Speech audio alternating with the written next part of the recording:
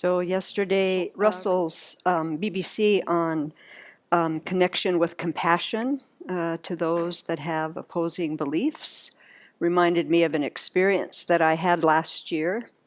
I was traveling and I came back through the Spokane airport, and I was waiting outside for the shuttle to come to take me up to Newport. And there was a man that was sitting on a bench by me, and I was standing and just, walking a little bit. And he looked at me a few times, and I was thinking, he wonders what I am. And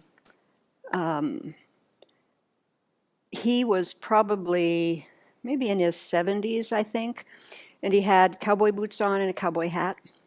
And I was born in Denver, so that's a familiar sight for me. And I'll say that I have a little bias about that, and not in a really positive way. So I watched my mind, how I was creating a little story about this fellow.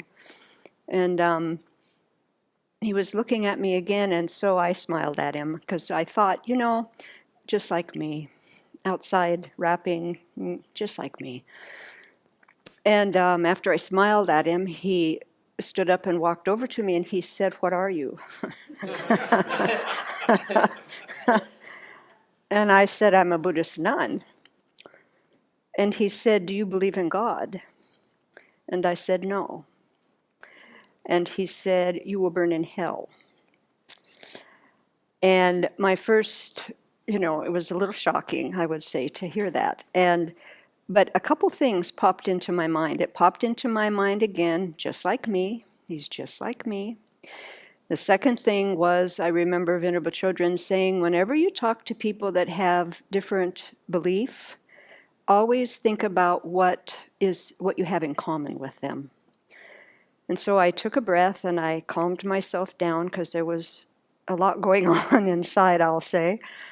And I said, isn't it wonderful that we can have different beliefs, but we have many of the same values? We have ethics, and we have compassion, and we have love, and we want to try and make this world a better place. And as I was saying that, I could just see him soften, his face just relaxed a little bit. And he kind of changed the subject then. He asked me where I was born and where I came from, and then I asked him, and he was from Texas, and he was up to visit his brother that lived in Spokane. And so we just kind of exchanged some pleasantries after that. But it was a very powerful exchange for me, because in the past I would have been defensive or shut down probably, but I tried to stay connected. And then it dawned on me that in this belief that this man has, he was disturbed about what my fate would be in his view, and he wanted to help me. He didn't want me to burn in hell, and so here's the compassion again, isn't it? So that was a very helpful for me, for my practice, to see that I could stay visible with who I am and speak my truth, and still find a common connection with another person who, in all appearances, looked so different from me and from where I am. So I think that's the power of our mind training. That's the power of compassion. That's the power of making a strong resolve to try and stay connected instead of separate.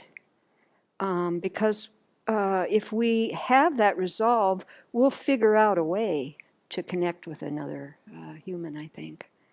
So that was a good day.